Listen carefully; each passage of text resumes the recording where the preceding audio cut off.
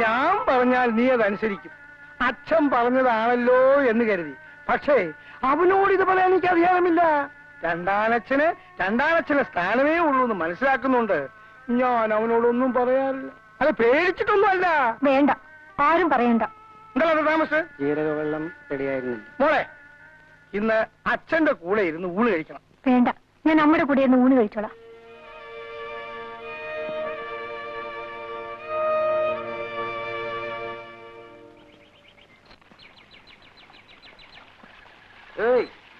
എല്ലാ പിള്ളേരും കോളേജിൽ പോകുന്ന പരീക്ഷ എഴുതാനാ.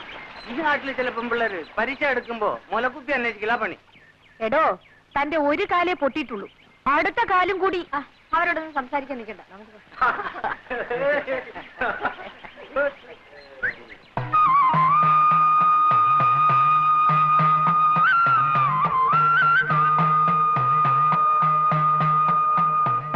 ശോഭേ, നാട്ടിൽ വന്നിട്ട് നീ എന്നെ തിരക്കിയതും കൂടി ഇല്ലല്ലോ.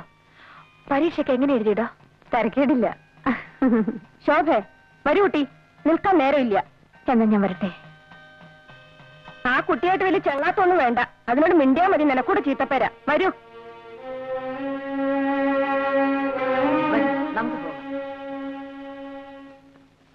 ഈ ലക്ഷ്മിയടത്തേക്ക് വേറെ പണിയൊന്നുമില്ലേ? ദിവസം ഇത് എന്നെ ജോലി. കാശിക്ക് പോകുമ്പോ സാധുക്കൊക്കെ കൊടുക്കാലോ. ഒരു 101 രൂപയെങ്കിലും ആയിട്ടാവട്ടെ. അതെ അതെ, എന്നും ഇങ്ങനെ കാശി രാമേശ്വരം എന്ന് പറഞ്ഞിരുന്നോളൂ. കല്യാണമൊക്കെ കഴിഞ്ഞ് സുഖമായിട്ട് ജീവിക്കുന്നതിന് പകരം. അതിനൊക്കെ ഒരു തലയിലെടുത്ത് വേണ്ടേ കുട്ടി? പിന്നെ ഇവിടെ ഇങ്ങനെ യാതൊരു അല്ലലുമില്ലാതെ കഴിയുന്നുണ്ടല്ലോ, അത് തന്നെ ഒരു വലിയ ഭാഗ്യം. നിനക്കറിയില്ല, തറവാട് ഭാഗം വെച്ചപ്പോ എനിക്ക് 16 വയസ്സാ. ഒരു വസ്തു അറിയില്ല. എല്ലാരും കിട്ടിയതും വാങ്ങി അവരവരുടെ വഴിക്ക് പോയി. ലക്ഷ്മിയടത്തേക്ക് മാത്രം ആരും ഉണ്ടായിരുന്നില്ല. അമ്മയില്ല, അച്ഛനുമില്ല. ഇനിയിപ്പോ അതൊക്കെ എന്തിനാ പറയണേ? എന്റെ അമ്മയില്ലാന്ന് വെച്ചാ ഇന്ന് ഞാൻ ഉണ്ടാവായിരുന്നില്ല. ലക്ഷ്മിയടത്തി കിടന്നുറങ്ങേ, എനിക്ക് ഉറക്കം വരുന്നു.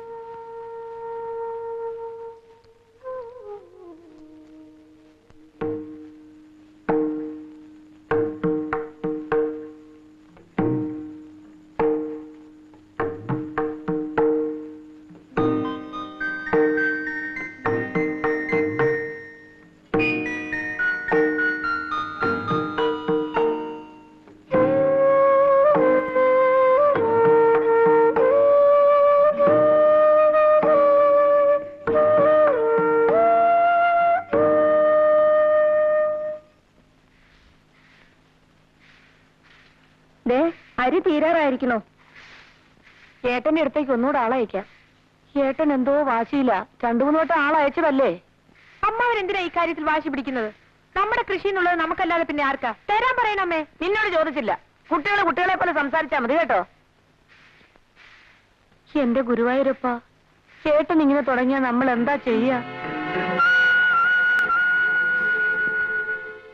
പുള്ളിക്കാരൻ ലീവ് കിട്ടാതെ നിന്ന് കുഴയായിരുന്നു. അവസാനം ഞാൻ അങ്ങ് പൊക്കിയെടുത്തോണ്ട് പോന്നു. ഇതാണോ ക്യാപ്റ്റൻ? ഇച്ചിരി കൊമ്പമീശ കൂടി ആകാമായിരുന്നു. നോക്ക്, അമ്മാവുണ്ട്. വാ. പണ്ടത്തെ കാലത്ത് മിലിറ്ററി എന്ന് പറഞ്ഞാൽ പേടിയാ. മിലിറ്ററിക്കാരന്റെ കൂടെ പെണ്ണിനെ അയക്കില്ല. അന്നൊക്കെ ഒരു പട്ടാളക്കാരന്റെ ജാതകം കൊണ്ട് കൊള്ളാവുന്ന ഒരു തറവാട്ടിൽ കയറി ചെല്ലാൻ ഞാൻ പേടിച്ചിട്ടുണ്ട്. ഇപ്പൊ പിന്നെ അല്ല, അവിടത്തേക്ക് അറിയാവുന്ന കാര്യം തന്നെയാണല്ലോ. IAS, ഡോക്ടർ, മിലിറ്ററി ഓഫീസർ, ഇതൊക്കെ കഴിഞ്ഞ ബാക്കിയുള്ളവർക്കൊക്കെ ഡിമാൻഡ് ഉള്ളു. ഇതാ കുട്ടി.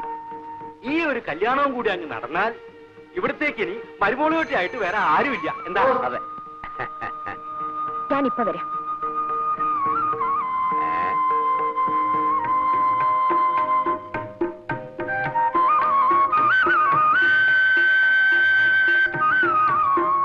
കല്യാണിക്കുട്ടിക്ക് ധാരാളം കത്ത് വരാറുണ്ടെന്ന് തോന്നുന്നു. മുമ്പൊക്കെ വെക്കേഷനിൽ വീട്ടിൽ വന്നാൽ കത്തിന്റെ ബഹളമായിരുന്നു. ഇപ്പൊ ഫ്രണ്ട്സിനെല്ലാം എനിക്ക് എഴുതാൻ പേടിയാ. പിന്നെ ചിലരൊക്കെ എഴുതും. കുട്ടിക്ക് അത്തയ്ക്കാൻ ഫ്രണ്ട്സ് എന്തിനാ പേടിക്കുന്നത്? അതങ്ങനെ. അതെന്താ അങ്ങനെ? ഒന്നും പറയണ്ട. ഞാനൊരാളുമായി അല്പം ഇഷ്ടത്തിലായി. അപ്പോഴേക്കും ലോകം മുഴുവൻ എതിരായി. ഞാനെല്ലാം കേട്ടു. അതിലൊന്നും കാര്യമില്ല. ഒരു പെൺകുട്ടിക്ക് ഒരു ആണിനോട് ദേഷ്യമാണെന്ന് പറഞ്ഞു നോക്കൂ, എല്ലാവർക്കും സന്തോഷം. അതെ, അതേസമയം ഒരു പെണ്ണ് ആണിനോട് ഇഷ്ടമാണെന്ന് പറഞ്ഞാൽ എല്ലാവർക്കും സംസാരിക്കാൻ വിഷയമായി, അവിടെ ഏതോ ഭയങ്കര ക്രൈം ചെയ്തു പോലെ. എന്താ ശരിയല്ലേ? ആ ഏതായാലും ഞാൻ തെറ്റുകാരിയായിപ്പോയി. ഇനി അത് മാറ്റിയെടുക്കണമെങ്കിൽ പ്രഭു തന്നെ കല്യാണം കഴിച്ചാലേ ഒക്കൂ. ആരാണി പ്രഭു? അറിയില്ലേ, എന്റെ കാമുകൻ. നിങ്ങൾ തമ്മിൽ ഇപ്പോഴും കത്തെഴുതാറുണ്ട്? അങ്ങോട്ടുണ്ട്, മറുപടി കിട്ടിയിട്ടില്ല. വന്നേ, അയാൾ വേറെ പെമ്പിള്ളേരെ വേറെ പോയി കാണും എന്ന് തന്നെയാ എനിക്കും തോന്നുന്നത്. ആളൊരു... എനിക്കൊന്നും കേൾക്കണ്ട. എനിക്കറിയേണ്ടത് കല്യാണിക്കുട്ടിക്ക് എന്നെ ഇഷ്ടമായോ എന്ന് മാത്രമാണ്. ഇഷ്ടക്കേടൊന്നുമില്ല, പക്ഷേ നിങ്ങൾ ഏത് തരക്കാരനാണെന്ന് അറിഞ്ഞില്ലല്ലോ ഇതുവരെ. മനസ്സിലായില്ല. മദ്യപിക്കുമോ, സിഗരറ്റ് വലിക്കുമോ, മറ്റു ചില പെൺകുട്ടികളായിട്ട് എന്തെങ്കിലും ഇടപാടുണ്ടോ, അങ്ങനെ എന്തെല്ലാം അറിയാനുണ്ട്. ഇതൊന്നുമില്ല. ഒരുപക്ഷെ മദ്യപിക്കാത്ത ഒരു മിലിറ്ററി ഓഫീസറായിരിക്കും ഞാൻ. അതുപോലെ സ്മോക്കിംഗ്. പ്രഭുവിന് ഇതെല്ലാം ഉണ്ട്. കള്ള് കുടിക്കും, സിഗരറ്റ് വലിക്കും, പിന്നെ... എക്സ്ക്യൂസ് മീ, ഞങ്ങൾക്ക് പോകാൻ സമയമായി.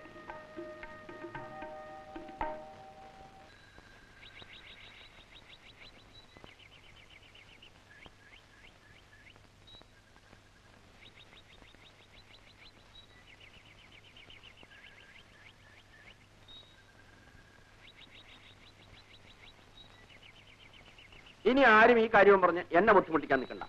ഈശ്വര, മുഖത്ത് കയറി വന്ന ശ്രീദേവിയായിരുന്നു. ശ്രീദേവി അത്ര ഈ മൂശായിട്ട് ഇരിക്കുന്നിടത്ത് എങ്ങനെയാണ് ഈ ശ്രീദേവി കയറി വരിക? അവരെന്താ പറഞ്ഞത്? എന്ത് പറയാൻ, ഇത് നടക്കില്ല അത്ര തന്നെ. കാര്യം എന്താണെന്ന് എനിക്ക് അറിയാൻ പാടില്ല, അറിയാനോട്ട് താല്പര്യവുമില്ല. നിനക്കറിഞ്ഞിട്ട് വളരെ നിർബന്ധമാണെങ്കിൽ ഈ മൂശായിട്ടോട് ചോദിച്ചു നോക്ക്, അവരെന്തൊക്കെയാ പറഞ്ഞ് ധരിപ്പിച്ചു വെച്ചിരിക്കുന്നത്.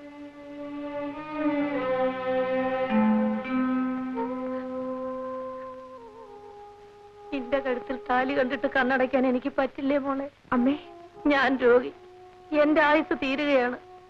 നിന്നെ ഞാൻ ആരുടെ കയ്യിൽ ഏൽപ്പിച്ചിട്ട് പോകും? ലക്ഷ്മിയെയോ? അമ്മ വെറുതെ പരിഭ്രമിക്കാതിരിക്കൂ. അതിന് തക്കവണ്ണം ഇവിടെ ഒന്നും ഉണ്ടായില്ലല്ലോ, ഇല്ലേ? അമ്മേ, എനിക്ക് മിലിറ്ററിക്കാരനെ കല്യാണം കഴിക്കാൻ ഇഷ്ടമല്ലമ്മേ. അതെന്താ? അല്ലെങ്കിൽ ഈ തറവാട്ടിന് എന്തോ ശാപം കിട്ടിയിട്ടുണ്ട്. ഈ തറവാട്ടിലെ പെണ്ണുങ്ങൾക്കൊന്നും ഭർത്താക്കന്മാർ വാഴൂല. അമ്മയ്ക്ക് എന്നെ കിട്ടി, അച്ഛൻ മരിച്ചുപോയി. ലക്ഷ്മിയടത്തിക്കാണെങ്കിലോ അങ്ങനെ ഒരു ബന്ധമേ ഉണ്ടായില്ല. പിന്നെ വല്ല യുദ്ധവും വന്ന് എന്റെ മിലിറ്ററിക്കാരൻ ഭർത്താവ് അങ്ങ് മരിച്ചുപോയാലോ? പിന്നെ പിന്നെ അമ്മ വെറുതെ വിഷമിക്കാതിരിക്കും. അമ്മ ഒന്ന് കിടക്കും. വരൂ അമ്മേ, വാ.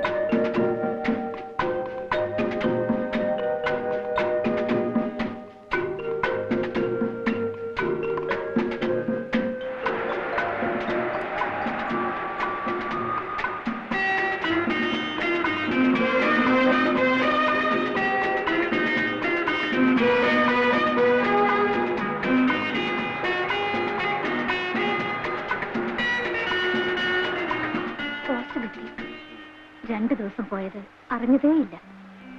It was so nice.